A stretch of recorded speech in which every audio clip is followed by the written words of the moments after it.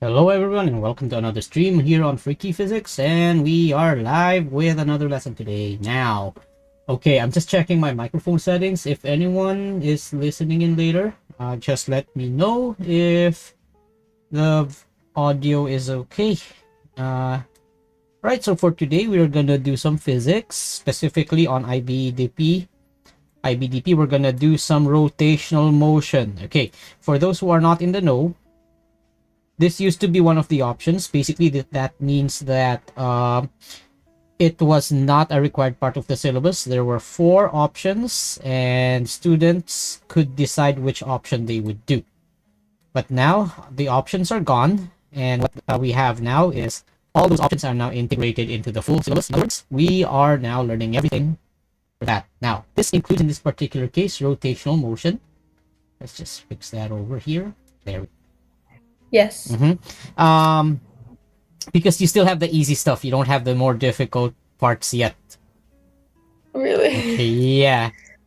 So, okay, this is, okay, let me just get ready. Let me just share my screen here.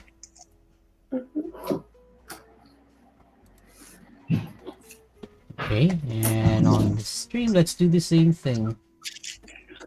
All right.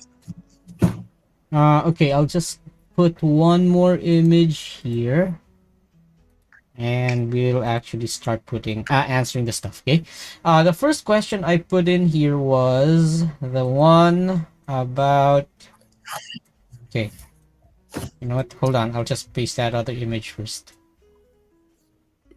Okay,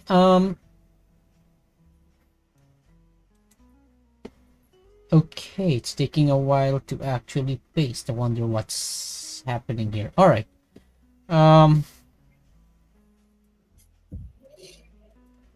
Give me a few moments.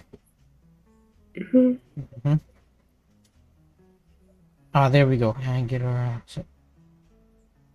Okay, I think this is here we go. Okay, so that's the last, that's the third one we're doing today. Hopefully we can go through at least 5 of these things, but let's see. Yeah, so let's start. Let's go through this question. So you have a 0.15 kilogram meter stick balanced with a pivot point at the 18 centimeter mark, and a weight of 3.2 newtons is hung from the short end. Where should the weight be positioned in order to balance the meter stick? Okay, so let's draw this here, and let's keep it simple. Okay.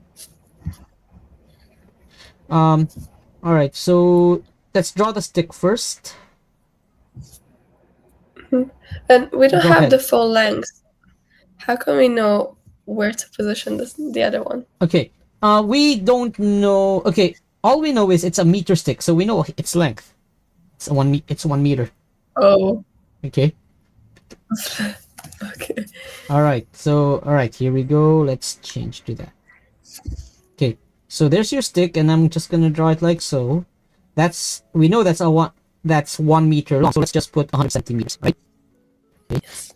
Where the pivot is gonna be here, and we know that this is 18 centimeters, right? So on the longer end, the longer end, the center of mass here would be here, and that's gonna act there, and according to the mass, it's 0.15 kilograms. So this is gonna be 1.5 newtons, right? Okay. But do we mark? Sorry. Go ahead. Go ahead. Do we mark the weight on pivot? Yes, we have to draw the weight here as well. Actually, no, the pivot, we don't need to know the weight here, yeah? But we do know that the 3.2 Newton object is here on the shorter side here. So it's going to be somewhere here, like so, okay? And this is 3.2 Newtons. And here's the thing, when it comes to balances, what matters are not the exact lengths, but the distance from the pivot, okay? So distance from okay? So, in this case, it's balanced. So in this case, distances must be measured, as mentioned earlier, measured from pivots. Okay. Okay. Now, just a bit of a heads up. This pivot doesn't have to be in the middle of the object. It can be actually anywhere you want. All right. So going back here, let's take a look. Where should the weight be positioned to balance the meter stick? So all we're gonna do now is we're gonna use the principle of moments here. In other words, principle of moments. Now, okay. In other words, we have to do the equation. The sum of the torques going clockwise should be equal to the sum of the torques going counterclockwise for a balanced system. Okay. System. In this case, we do have a balanced system, so we're going to look here. Now, let's take a look here. This 3.2 Newton force is making the meter rule go counterclockwise, so we're going to put that here. 3.2 newtons times its distance from the pivot x. Okay. Now, similarly, the weight of the meter rule is going to be 1.5 newtons here times the distance here will be times 32 centimeters. 1.5 newtons, and then we just solve for x from here. Okay. All right. How do we know which direction? Oh, how to know the direction? It's actually pretty straightforward. All you really have to do is see where the pivot is and see where the force is turning that object up relative to the pivot. Okay. So if we draw this if we draw this here again, oops, let's draw this here. I'm gonna just make it a bit exaggerated. Okay. So this time I'm just gonna put the pivot anywhere, but I'm gonna focus here. We have a force going that way, right? So if you look at this force, which way will have to look there? You just said it. It's going counterclockwise. Okay. So that's what you think. Do not think up or down. Just think clockwise or counterclockwise. And when we have both the forces doing downwards, then it would be forced to go both clockwise and... Okay. Oh, I understand. Okay, you get it now? I think so. So let's take a look. Let's draw a second force going this way. Let's just see here. This is still going downwards, but which way is it gonna make it rotate? Clockwise or counterclockwise? Clockwise. This is gonna be clockwise. If I do another force, I put an F3 here. This is gonna go where? Clockwise or counterclockwise? Counterclockwise. This is still clockwise. It's still clockwise, right? Yeah. And finally, here, F4. Clockwise or counterclockwise? Counter. It's counterclockwise, okay? Alright, so again, when it comes to rotation, we don't really care about downwards or upwards. We care more about clockwise or counterclockwise, okay? Alright, so going back here, I think from here on out, how do you calculate the torque? I think I forgot to mention that. How do you calculate the torque? It's simply, this is just the force times the distance from the pivot, right? Now, this is not a complete definition because most of the time, for the easier problems, we get a situation something like this, right? Force and distance from pivot. But sometimes we do not. Okay. Now we have to put this qualifier here as well. This force and this distance, they must be perpendicular to each other. Okay. If they're not perpendicular to each other, we look for components that are perpendicular to each other. Okay. What does that mean? Okay. We'll get to that once we get to a problem that looks like that. For now, all we have to do is just multiply force times distance for now. Okay.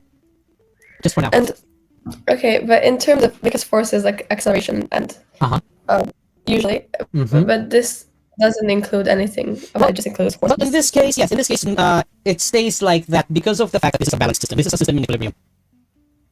Okay. So in systems in equilibrium, we don't really have accelerations, right?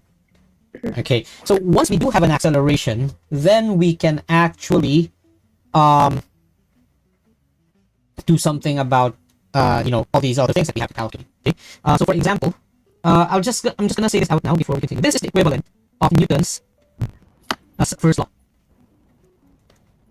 Okay, in rotational motion, for rotational motion. Okay. In other words, if your forces are balanced, if you go to the first law, if the forces are balanced, nothing happens. It doesn't accelerate, so the velocity stays the same, or it doesn't move. Right. Similarly here, if your torques are balanced, then nothing happens. It's not gonna move, or if it's already rotating, it's just gonna rotate at a constant rate. Okay. Rotational motion. Okay. Now, let's take any questions here on this first question before we move on. Just this is not connected to work done because it's perpendicular. No, it's not. Work done and torques will be different. Okay. Another way to remember that is usually in work done, the force and the distance traveled will be perpendicular, will be in the same or in opposite directions. In other words, they're parallel. Okay. Moments or torque would be, they should be perpendicular to each other because the effect is different. Work done is you're increasing the. Okay. So the second question is, you have two girls. They're sitting on the same side of a seesaw. One girl has a mass of 28 kilograms, 2.4 meters away from the middle. The other girl's 35 kilograms and 2.6. Their dad can balance them if he sits 2 meters away from the middle of the other side. What's the dad's mass? Now, I'm going to show you a shortcut, but properly this should be done with weights. Okay. Now, let's draw this problem now before we even solve it. So there's your seesaw. And normally in a seesaw, the pivot's in the middle, right?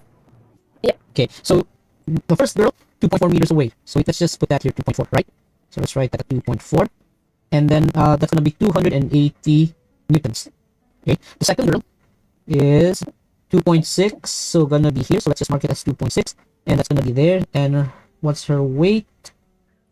35. So that's going to be 350 newtons. Okay. So in this case, are they both, since they're both on the same side, which way are they gonna move, or are they gonna rotate? Are they going clockwise or counterclockwise? Counterclockwise. Both of them, right? Okay. Yes. Now for the, let's see what the dad is. We don't know his mass, so we don't know his weight yet, right? But we know that he sits 2 meters away. So let's put that here. There. And that's gonna be the weight of the dad, right? So 2.0. So again, with the principle of moments, clockwise equals 1 counterclockwise. Actually, there's a more physically technically version of that equation, but let's stick with that. Sum of clockwise equals sum of counterclockwise moments. Okay, so it's gonna be, so sum of the torques clockwise should be equal to the sum of the torques going counterclockwise, right? Going clockwise, we have 2W only, right? Okay. How about on the counterclockwise side? What do we have? We have 2.6 times 300 and what was that again? 350. Okay, then we add the other one plus 2.4 times 280 newtons. Okay. All right. So let's just solve this from with a calculator. What do I get if I have a if we solve this? So 350 times 2.6 gives us 910. Let's write that here. So 2W equals 910 plus what is it? 910 plus 2.4 times 280 gives you. Alright, let's just write the final answer. That's 1,582 newtons to W. Okay, so alright, so it's just 791. Yeah, 709. Okay, so W will be 791. Okay, and therefore we're just gonna divide that to get the mass, right? So how do we get the mass? It's gonna be we multiply by 10 earlier for G, so yes, we just divide by 10. So it's just gonna be 79.1 kilograms. Okay, now that's kind of like the shortcut though, because we use G as 10, right?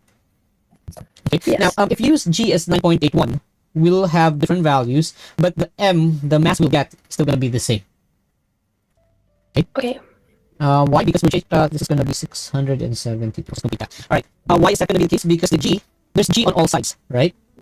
So because there's G on both sides of the equation, the G eventually cancels out. Okay. So either you do it like this or you do it with G. Either way, you'll get the mass of 79.1 kilograms. Okay. Yeah. All right. So questions? No, I actually understand. But could we skip the next one on this topic, because I think I could even do it by myself and do the other ones, because I really want to get through them this lesson. So we'll skip this one. Yeah, we'll skip this one for now. Anyway, this one is similar to what we've been doing, so I think you should be able to apply this now. Yeah.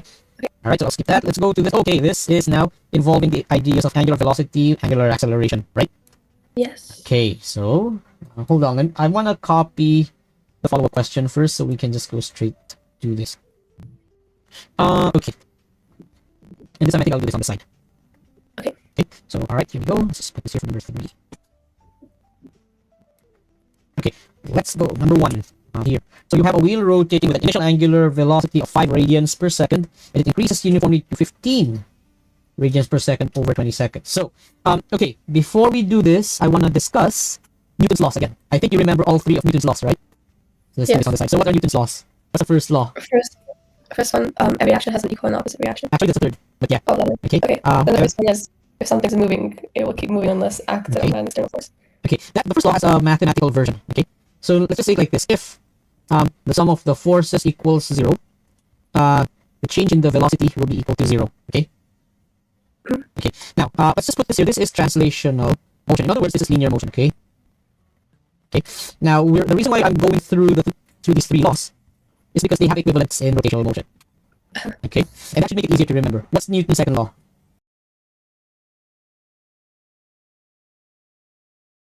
In this case, alpha would be equal to acceleration times the r, where r is the radius of the